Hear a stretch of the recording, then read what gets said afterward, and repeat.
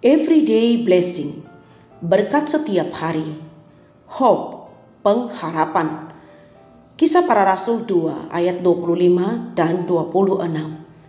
Sebab Daud berkata tentang dia, aku senantiasa memandang kepada Tuhan, karena ia berdiri di sebelah kananku, aku tidak goyah. Sebab itu hatiku bersuka cita dan jiwaku bersorak-sorak, bahkan tubuhku akan diam dengan tentram. Salah satu penyebab utama keputusasaan adalah masa depan yang tak pasti. Jadi jika kita ingin hidup dengan pengharapan, kita harus mendasarkan masa depan kita pada janji-janji Tuhan. Ketika kita membeli polis asuransi, polis tersebut menjanjikan untuk menanggung hal-hal tertentu. Ketika sesuatu terjadi dengan kita, perusahaan asuransi berjanji untuk menanggungnya. Saat kita tahu apa saja yang ditanggung oleh polis kita merasa tidak perlu khawatir. Kita tak perlu khawatir dengan tagihan rumah sakit yang besar atau membayar biaya kerusakan mobil kita karena asuransi yang akan membayarnya. Kita tak perlu khawatir dengan isi polis kita. Di dalam Alkitab ada 6.000 janji asuransi untuk kita dari Tuhan. Namun kita menjadi khawatir apabila kita tak mengenal sebagian besar dari janji itu.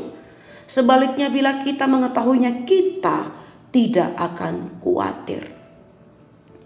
Kita tidak akan tahu berapa tahun lagi yang tersisa atau suka duka apa yang akan kita lalui. Akan tetapi kita tahu satu hal yang pasti. Kita tahu bagaimana itu akan berakhir. Kita tahu apa yang akan terjadi setelah hidup kita di bumi. Kita tahu bahwa ketika kita meninggal, kita akan pergi ke surga untuk berkumpul bersama Tuhan selamanya. Sebab Dia membuat itu mungkin dengan membangkitkan Yesus. Tuhan telah menjanjikan itu dan janjinya itu pasti. Bila kita percaya bahwa Yesus Kristus adalah anak Allah dan juru selamat dunia, serta kita ikut Dia sebagai Tuhan, maka kita tidak akan kehilangan keselamatan kita. Kita mungkin ingin melepaskan tangan Tuhan, tetapi Dia tidak akan pernah melepaskan tangan kita.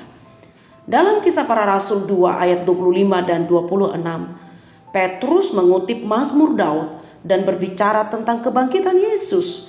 Sebab Daud berkata tentang Dia, aku senantiasa memandang kepada Tuhan, karena Ia berdiri di sebelah kananku, aku tidak goyah.